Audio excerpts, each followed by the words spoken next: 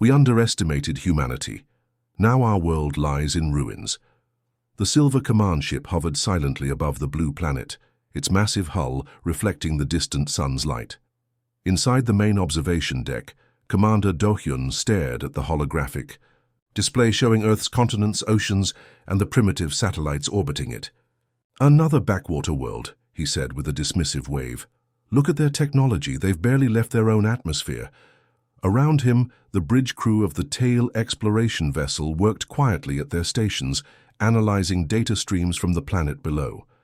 The Tail had encountered dozens of developing species in their centuries of galactic exploration. Most were catalogued, monitored from afar, and eventually harvested for resources when the time was right. "Commander," said First Officer Minho, approaching with a data pad. "Initial reports confirm the inhabitants call themselves humans. They've achieved nuclear capabilities and basic space travel, but remain confined to their solar system." Do-hyun nodded without looking up. "Classification?" "The assessment team recommends Category 3, Minho replied. "Pre-interstellar civilization with moderate technological advancement, suitable for future resource acquisition."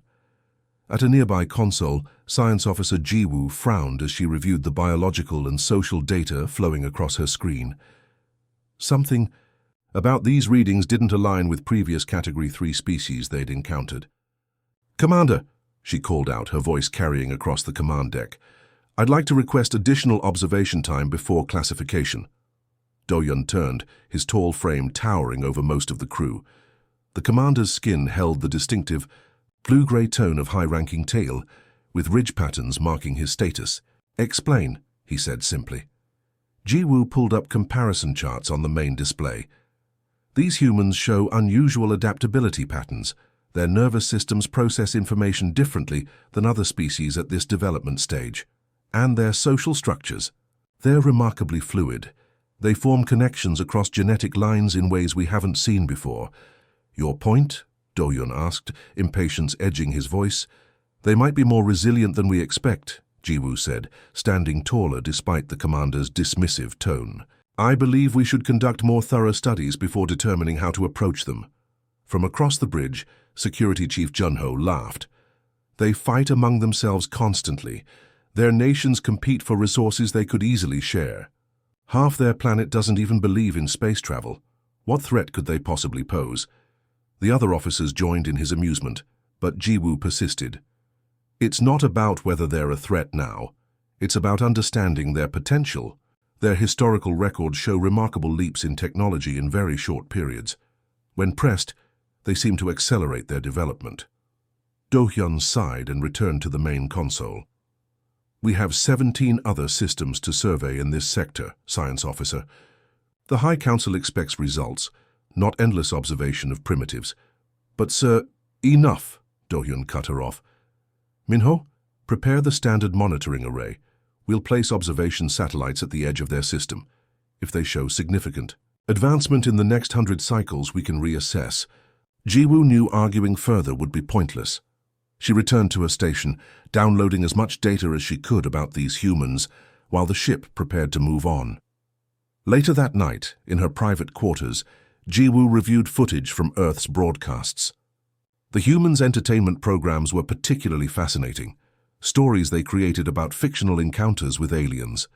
In many of these tales, humans fought against overwhelming odds, often emerging victorious through what seemed like sheer determination. "Just stories," she muttered to herself, but something about them unsettled her. A soft tone announced a visitor. The door slid open to reveal Young-ho, the ship's historical analyst. "Still obsessing over the humans?" he asked, noticing her screens.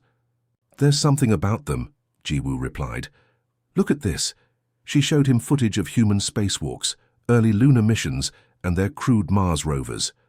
"Their technology is generations behind ours," Young-ho said with a shrug. "That's not the point. Look at the risks they take. Their early space explorers had nearly a 20% casualty rate, yet they never stopped sending more. What species does that?" Young-ho settled into a chair, suddenly more interested. "You think they're more aggressive than we initially assessed?" "Not aggressive," Ji-woo said thoughtfully. "Persistent. They adapt to failure differently than we do. When the tile face setbacks, we calculate, we withdraw, we plan. Humans, they just keep trying different approaches until something works. The Council won't care, Young-Ho said gently. We've encountered thousands of worlds.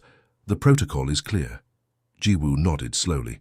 I know, but I'm submitting a minority report anyway. These humans deserve more study before we classify them. 3 days later, as the tail ship prepared to leave Earth's solar system, Jiwoo stood before the High Command's holographic projection in the ship's communication chamber. Her minority report had triggered an unusual direct response. Science officer, the eldest council member, spoke, his ancient face stern on the massive display. Your concerns have been noted, but the classification stands. We cannot devote resources to extended study of every developing world. With respect, High Elder, Jiwoo replied, I believe this case warrants exception. The adaptive capacity of humans exceeds our standard metrics. Your dedication to thorough science is commendable, another council member said, but unnecessary in this instance. The monitoring satellites will alert us to any significant developments. As the communication ended, Commander Do-hyun approached Jiwoo in the corridor. The council has spoken, he said. Let it rest. Jiwoo nodded respectfully but couldn't shake her concern. As their ship accelerated away from Earth's solar system, she looked one last time at the small blue planet on the viewing screen. I hope you prove me wrong, she whispered to herself. For both our sakes. 3 years after their initial classification of Earth, a tail scout vessel drifted silently near Mars, collecting mineral samples and updating star charts. The small crew had been assigned routine monitoring duty, a boring assignment most tail officers tried to avoid. Captain Hansel stared wearily at the red planet through the viewing window, absently tapping commands into his console. Another day watching primitives, he muttered. Sir, called out Navigator Yuna from her station, I'm detecting an unexpected structure on the Martian surface. It wasn't in our previous scans. Hansel straightened, suddenly alert. Show me. The main screen displayed a small dome-shaped building nestled in a Martian crater. Solar panels extended from its sides, and a tiny vehicle moved slowly around its perimeter. The humans have established an outpost, Yuna said, surprise evident in her voice. They've advanced more quickly than predicted. Hansel frowned. This development wasn't in their mission briefing. According to their latest intelligence, humans weren't supposed to have permanent Mars settlements for at least another decade. How many life signs? He asked. 6, replied Sensor Officer Jinwoo. They appear to be conducting geological surveys. We should report this immediately, said Yuna. The High Command will want to know that humans have accelerated their space program. Hansel hesitated. Reporting this discovery meant admitting they'd missed earlier signs of advancement. An embarrassing oversight that might reflect poorly on his record. Perhaps there was a way to handle this quietly. Move us closer, he ordered. We'll gather detailed scans of their technology level before reporting. The scout ship edged toward Mars, its cloaking systems keeping it invisible to Earth's primitive detection methods.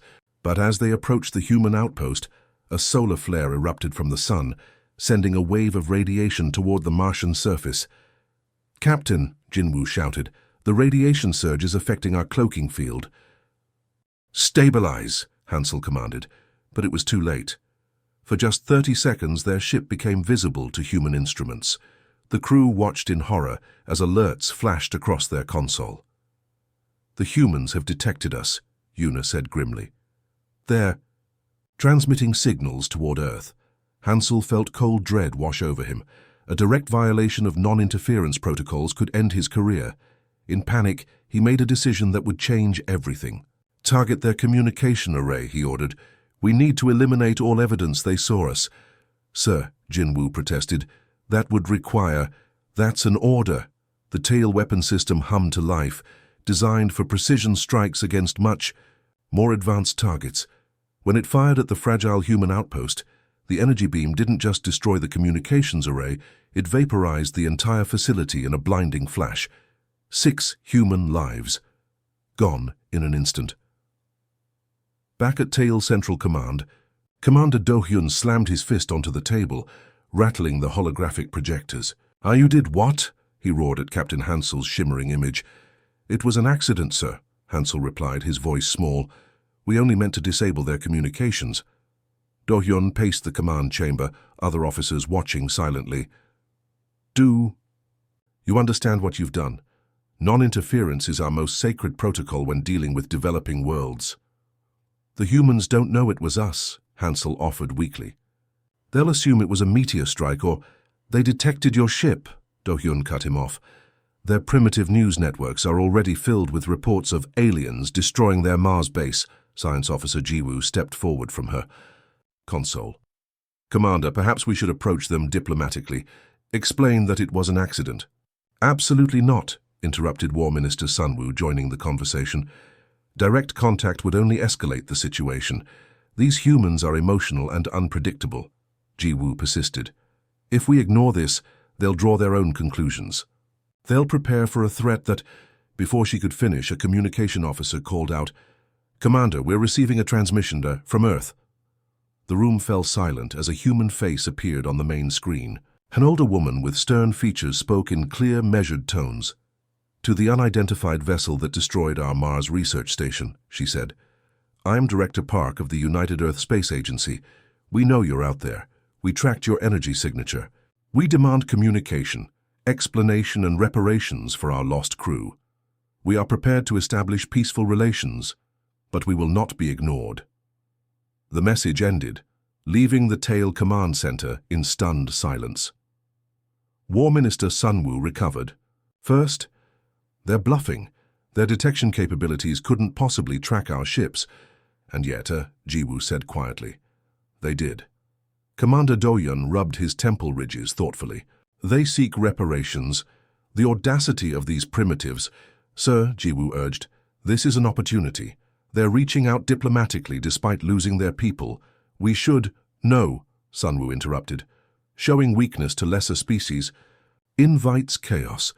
The Tail have maintained galactic order for millennia by establishing clear hierarchies." After hours of debate, the Tail High Council reached its decision. Commander Do-hyun stood before his assembled officers to deliver their response plan. "The humans have overstepped," he announced. "They presume to address us as equals when they've barely left their planetary cradle. The Council believes they require a demonstration." Ji-woo felt sick as Do-hyun outlined the plan. A precision strike against Earth's moon base, larger and more populated than the Mars outpost, would show humans their place in the cosmic order. "Sir," she protested, "this will kill hundreds of humans." "It will prevent the deaths of millions," Sun-woo countered.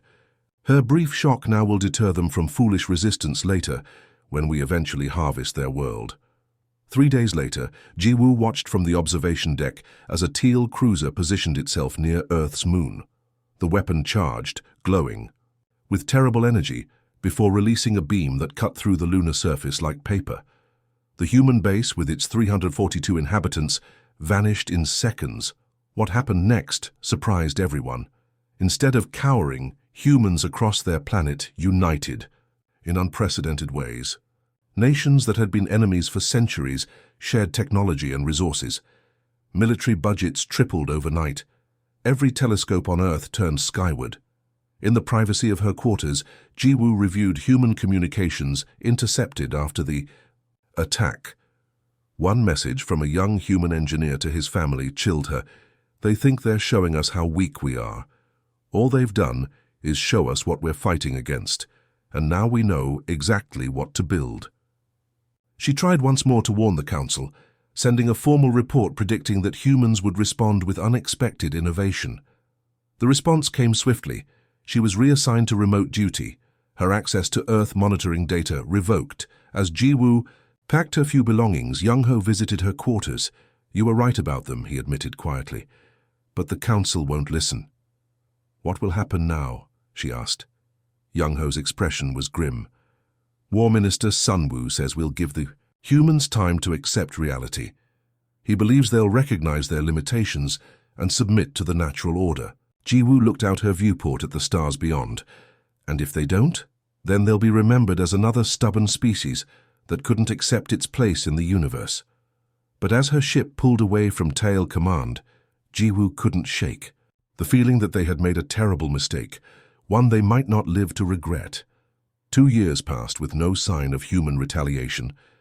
The Tail High Command gradually relaxed their monitoring of Earth, confident they had successfully put the primitives in their place.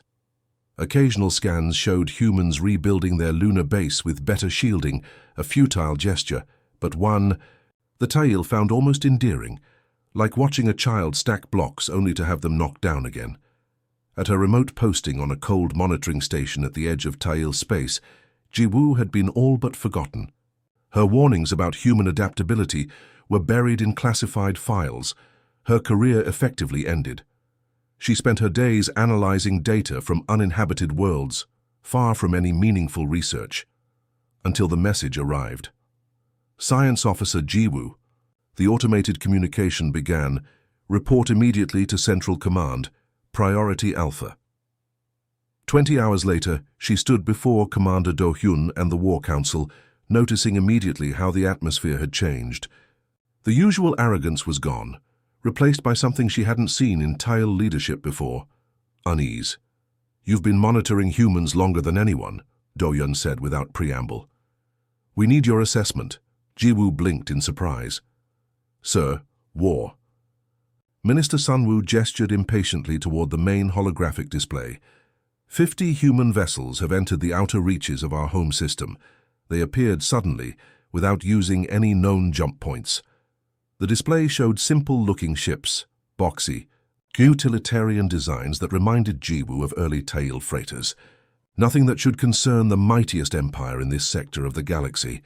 "These can't possibly threaten us," she said cautiously.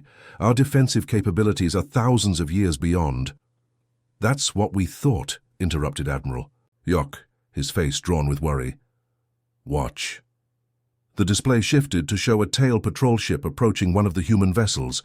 Standard procedure, a warning shot across the bow, then demands for identification and purpose. The human ship made no response, continuing its steady course. Then something odd happened. The Tail ship fired its main weapons, enough firepower, to vaporize the human vessel instantly, but the energy beams passed harmlessly through it. "Holographic projection?" Jiwoo asked. "Scan the date stamp," Do-hyun said grimly. Jiwoo's eyes widened.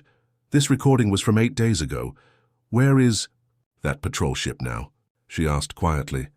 "Gone," Sunwoo replied. "No debris, no distress signal, just gone." Jiwoo studied the tactical display, a sinking feeling in her stomach. "Have we attempted communication?" "Of course," Do-hyun snapped. "They ignore all transmissions." The next day, Jiwoo stood with Tail High Command watching the confrontation unfold. The massive Tail fleet surrounded the scattered human vessels, weapons charged. "Final warning transmitted," announced the communications officer. No response. Admiral Hayok gave the order. "Open fire." Energy weapons blazed across space, engulfing the human ships in destructive power. When the barrage ended, the human vessels appeared completely untouched. "Impossible," breathed Sunwoo. Before anyone could react, the human ships released what looked like clouds of metallic dust. Billions of microscopic particles dispersed, too small to target, too numerous to stop. "What are they doing?" Do-hyun demanded. Hours passed with no apparent effect. The human ships remained stationary, the Tail fleet maintaining its attack posture. Scans showed nothing dangerous about the particles. They were simply spreading throughout the system. Then reports started. "Coming in." "Sir," called a panicked officer, "Orbital Defense Platform 3 has gone offline." Another voice. "Planetary Shield Generator 2 is reporting system failures." Yet another. "We're receiving alerts from military bases across all continents." Within hours, every major Tail defense system began shutting down or, worse, turning against its operators. Weapons platforms targeted their own control centers. Communication arrays broadcast critical military data on public channels. Food production facilities stopped working. Jiwoo watched in horror, as tactical displays showed the perfect infiltration. Those microscopic particles were nanomachines, each one a tiny computer designed to penetrate Tail technology and reprogram it from within. "How?" Do-hyun roared. "How could primitives create something that bypasses all our security?" Jiwoo accessed the central database, pulling records from the initial human classification. "Sir, we've been monitoring their public communications for years, but we never thought to hide our own signals from them. They've been listening to us since first contact." "That's absurd," Sunwoo objected. "They couldn't possibly decode our language, our technology." They didn't need to fully understand it, Jiwoo realized. They just needed to identify patterns, figure out basic principles. While we watched them rebuild their moon base, they were studying every scrap of data they could gather about us. On the 6th day of the crisis, as Tail Society teetered on collapse, a single human figure appeared on every communication screen across the Empire. A woman with steel-grey hair and calm eyes, the same Director Park who had sent the original message after the Mars incident. "People of the Tail Empire," she began, speaking perfect Tail language. "2 years ago, you destroyed our outposts and killed our people to demonstrate your power. You expected fear. You expected submission." Her expression hardened slightly. "Instead, we learned, every transmission you sent, every scan you performed, every bit of data that crossed space, we captured it all. We learned your language, your technology, your weaknesses. We discovered that for all your advancement, you never developed proper cybersecurity, because you never encountered a species willing to fight back differently." In the command center, the Tail leadership watched in stunned silence. "We don't want war," Director Park continued. "We never did, but we will not be harvested. We will not be subjugated. The nanomachines in your systems will remain dormant. If you agree to negotiations, if you attempt to remove them or launch any further attacks, they will complete their programming." The transmission ended, leaving the once mighty Tail leadership facing an unthinkable reality. Defeat at the hands of what they had dismissed as primitives. In the silence that followed, Jiwoo stepped forward. "They're giving us a chance," she said quietly. "More than we gave them." Doyun turned to her, his face ashen. "What do you recommend?" "Negotiate," she said simply, "and hope they're more merciful than we were." As she looked around at the shaken faces of the Tail leadership, Jiwoo couldn't help wondering what would happen when humans discovered the rest of the Tail Empire, 26 other star systems where countless species lived under their rule. And, for the first time in her life, she found herself hoping that her own civilization would lose. The negotiations lasted 3 days before falling apart. The Tail, unable to accept equality with a species they considered inferior, attempted to secretly purge the human nanomachines from a weapons platform. The response was immediate. Every compromised system activated at once, throwing the Tail homeworld into chaos. Jiwoo huddled with other civilians in an underground shelter as explosions rocked the city above. Power had been out for days. Food distribution had collapsed. The proud empire that had stood for millennia was crumbling in Ba. "Less than a week, how could this happen?" whispered an elderly woman beside her, clutching a small child to her chest. "We're the Tail. We've ruled the stars since before humans crawled out of their caves." Jiwoo had no answer that would comfort her. The truth was too painful. Pride had blinded them. Even now, the High Command refused to surrender, believing their superior numbers would eventually prevail. A young man in a torn military uniform stumbled into the shelter, his face streaked with ash. Jiwoo recognized him as Min-jae, a junior communications officer she'd worked with years ago. "The Central Command Center is gone," he announced hoarsely. "Direct hit from our own orbital platform." Murmurs of disbelief rippled through the shelter. "What about the evacuation ships?" someone called out. Min-jae shook his head. "Navigation systems are compromised. 3 transports tried to leave atmosphere. 2 crashed, one just disappeared." Jiwoo approached him. "What about our colonies, the other systems?" "Worse," he said quietly, pulling her aside. "The humans didn't just attack our technology. They released everything. Everything. All our records, the harvesting operations, the species we've eliminated, the worlds we've stripped bare." His voice dropped to a whisper. "Our subject species are revolting. Reports say the Nari have already overthrown our governors in the Vega system." Outside the shelter, another explosion rattled the walls, sending dust showering down on the huddled civilians. 3 days later, Jiwoo found herself summoned to a hidden bunker beneath the ancient mountains. Inside, she was shocked to find War, Minister Sunwoo, his once immaculate uniform now tattered and stained. "Science officer," he greeted her grimly. "Thank you for coming." "Did I have a choice?" she asked, eyeing the armed guards. "We all have choices," he replied cryptically, leading her into a chamber where a handful of tail military leaders sat around a table. Commander Do-yun was notably absent. "Where is the commander?" she asked. "Dead," Sunwoo said flatly. "His shuttle was targeted yesterday." On a flickering holographic display, Jiwoo saw the true extent of the devastation.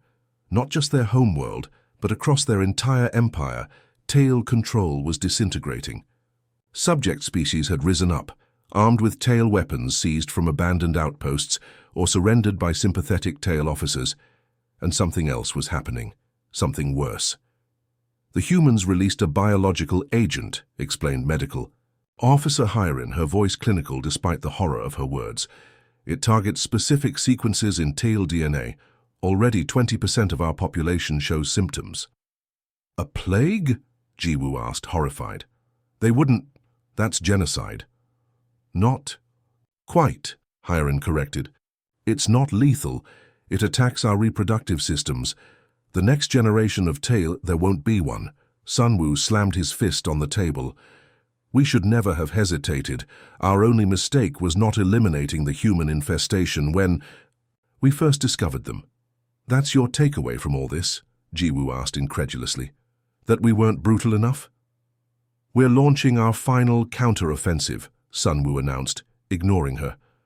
"Every remaining ship, every weapon we can still control, all directed at Earth." "You can't be serious," Jiwoo protested. "Haven't enough died already?" "The tail do not surrender," Sunwoo said, his voice hardening. "We do not accept defeat. Especially not from primitives." "They're not primitives," Jiwoo shouted, her composure finally breaking. "That's what you still don't understand. They developed in a completely different way than us. While we grew through conquest and dominance, they grew through adaptation and cooperation. Philosophy won't save our empire." Sunwoo dismissed her. "Nothing will save our empire," Jiwoo replied quietly. "It's already gone." The final teal assault launched the next day. 16 warships, all that remained of their once mighty fleet, jumping to Earth's solar system on a suicide mission. Jiwoo watched from the command bunker as tactical displays tracked their progress. The ships never even got close to Earth. Waiting for them was not just the human fleet, but vessels from a dozen species, former tail subjects now allied with humanity. The battle lasted less than 20 minutes. No tail ship survived to report back. Hours later, as the bunker's occupants sat in stunned silence, the communication system crackled to life. Director Park's face appeared on screen once more. "War Minister Sunwoo," she said calmly. "Your attack has failed. Your empire has fallen. We now offer you one final choice, unconditional surrender, with guaranteed survival rights for all remaining tail civilians, or complete isolation. If you choose isolation, we will establish a quarantine perimeter around your home system. No ship will enter or leave. You will be alone, as many of your subject species were before we freed them." Sunwoo stared at the screen, his face frozen, in disbelief. "You would show mercy after all this?" "Unlike you," Director Park replied, "we don't believe in punishing entire civilizations for the crimes of their leaders. We've studied your history. Not all Tail approved of your empire's methods." Her eyes seemed to find Jiwoo in the crowd. "Some tried to warn you about us. Perhaps you should have listened." The transmission ended, leaving the tail leadership facing an unthinkable choice: surrender their pride or condemn their people to isolation. In the debate that followed, Jiwoo finally spoke the truth that no one wanted to hear. "We didn't just underestimate human technology," she said, silencing the arguing officials. "We underestimated human nature. When we killed their people, we expected fear. Instead, we created resolve. When we demonstrated power, we expected submission. Instead, we inspired innovation." She looked around at the remnants of the once mighty tail leadership. "Our civilization is built on hierarchy, knowing one's place and staying there. Humans built theirs on the belief that they can always change their place. That's why they defeated us. Not because they're stronger or smarter, but because when we pushed them down, they simply refused to stay there. 2 days later, as the official surrender was transmitted, Jiwoo stood at a viewport watching rescue ships from the Human Alliance enter orbit. They brought medical supplies, food, and teams to help stabilize critical infrastructure. Beside her, a young tail child watched with wide eyes. "Are they our masters now?" the child asked. Jiwoo shook her head slowly. "No, and that's the hardest lesson we have to learn. They don't want to be masters at all." As the first human aid workers stepped onto Tail soil, Jiwoo wondered if her people could ever truly understand the species that had brought their empire to its knees, not through superior strength, but through a kind of power the Tail had never valued, the stubborn refusal to accept that some things cannot be changed. 10 years after the fall of the Tail Empire, Jiwoo sat on a weathered stone bench overlooking what had once been the Imperial Plaza. The grand statues of Tail conquerors had been removed, replaced by a simple memorial garden where children now played. It was a warm afternoon, and families strolled along pathways that soldiers once marched. She opened her tablet and began recording what would be the final entry in her historical account, a project that had consumed her for years. "History will remember us as conquerors who fell," she spoke softly into the device. "But the truth is more complex. We weren't defeated by superior weapons or overwhelming numbers. We were defeated by something we never thought to defend against, a different way of thinking." A shadow fell across her tablet, and Jiwoo looked up to see Young-ho, her old colleague from the science vessel. Time had not been kind to him. Like many Teal, he'd aged rapidly since the fall, his once proud posture now stooped. "Still working on your record?" he asked, easing himself down beside her. "Someone needs to document what really happened," she replied. "For the children." They sat in companionable silence, watching a mixed group of Tail and human youngsters playing some kind of tagging game. Such a sight would have been unimaginable a decade ago. "The Integration Committee wants me to approve another human cultural exchange program," Young-ho said eventually. "They're persistent." "You should approve it," Jiwoo said. "The settlements with mixed populations are doing better than the isolated ones." It was true. After the surrender, humans had allowed Teal, who wished to maintain their traditional way of life, to live in designated areas with minimal outside contact. Those communities were dying slowly, clinging to old hierarchies even as their population dwindled. Meanwhile, Teal, who chose to integrate with humans and other species, were adapting, finding new ways to contribute in a galaxy that no longer feared them. "I received a message from Director Park," Jiwoo continued. "The quarantine on reproductive technology will be lifted next year. Our species won't die out after all." Young-ho's ridged eyebrows rose in surprise. "They're allowing us to reproduce." "Again after what we did?" "With restrictions," Jiwoo clarified. "But yes, they believe enough time has passed for a new generation to grow up without imperial ambitions." A gentle chime from her tablet interrupted them, a reminder of her afternoon appointment at the Earth Embassy. Jiwoo gathered her things, promising to continue their conversation later. The Earth Embassy occupied what had once been the High Command headquarters. Where war ministers once plotted conquests, human diplomats now coordinated recovery efforts. The irony wasn't lost on Jiwoo as she passed through security scanners and was greeted by a young human woman. "Professor Jiwoo," the woman said warmly, "Ambassador Lee is expecting you."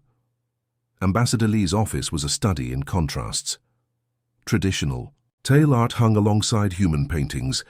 The furniture was a functional blend of both cultures' designs. The ambassador himself stood as she entered, a gesture of respect that still surprised Jiwoo, even after years of working with humans. "Your historical account," Lee said, gesturing to a printed copy on his desk. "I've read it all. It's remarkably honest." "There's no point in writing history if you're going to lie about it," Jiwoo replied. "Many of your people disagree. The nationalist factions call you a traitor." Jiwoo shrugged. "They called me an alarmist when I warned about humans. Being right hasn't made me popular." Ambassador Lee smiled slightly. That's something our species have in common. Prophets are rarely appreciated in their time. He picked up the manuscript. What will you do with this? Distribute it to schools, if the Education Council approves. The next generation should understand our mistakes. And what would you say is our biggest mistake, Lee asked, if you had to distill it to one lesson? Jiwoo considered this carefully. We believed strength meant domination. We thought the natural order of the universe was for the powerful to rule the weak. When we encountered humans, we categorized them as weak because they lacked our technology, our unity, our discipline. She walked to the window, looking out at the city where tale and human architecture now blended together. But humans had a different kind of strength, one we couldn't measure or understand. When faced with a superior force, they didn't calculate odds of success like we would. They simply refused to accept defeat as an option. Ambassador Lee nodded thoughtfully. I've studied your species' history too. The tale evolved through strict hierarchies. Clear dominant structures kept your ancient ancestors alive on a harsh world. Every tale instinctively knows their place in relation to others. While humans evolved through cooperation, Jiwoo added. You survived by forming bonds across family lines, by helping strangers, by working together against common threats. Not always, Lee admitted. We have our dark chapters too, but yes, when truly threatened, humans tend to set aside differences. Later that evening, Jiwoo sat in her small apartment, finalizing her historical account. She added a conclusion. She hoped future generations would understand. The tale saw emotions as weakness, she wrote. We prided ourselves on cold logic, clear hierarchies, and unwavering discipline. We could not comprehend that human anger could become determination, human fear could transform into courage, and human love could unite former enemies against impossible odds. She paused, considering her next words carefully. Perhaps most significantly, we failed to understand that adaptation is not weakness. The tale believed that changing one's position meant admitting defeat. Humans believed that changing meant surviving to fight another day. When we destroyed their outposts, they didn't waste resources on immediate revenge. They studied us, they learned, they changed their approach based on new information. Outside her window, the first stars appeared in the evening sky. Somewhere out there, human ships were exploring regions the tale had never reached. Former subject species were building their own societies, some modeled after human democracies, others finding their own paths. 10 years after our fall, Jiwoo continued writing, I can now see what we could not see then. The humans never sought to destroy us, only our empire. When they had every reason for vengeance, they chose rehabilitation instead. They helped curse rebuild. They treated our sick. They showed us another way to exist. She added her final thought. If there is one lesson from our downfall that future generations must remember, it is this. True strength is not found in domination, but in adaptation. Not in forcing others to submit, but in finding ways to coexist. The humans did not defeat us because they were destined to rule as we once did. They defeated us because they rejected the very concept that any species must rule over others. As night fell completely, Jiwoo sealed her account and prepared it for submission to the Education Council. Tomorrow would bring opposition from those who still clung to imperial pride, but she was used to that. For the first time in her long life, she felt something the old Tale Empire had never valued. Hope. Hope that her people could learn from humanity's greatest strength, not their weapons or technology, but their fundamental belief that no fate is fixed, no future is predetermined, and no species is forever limited by its past.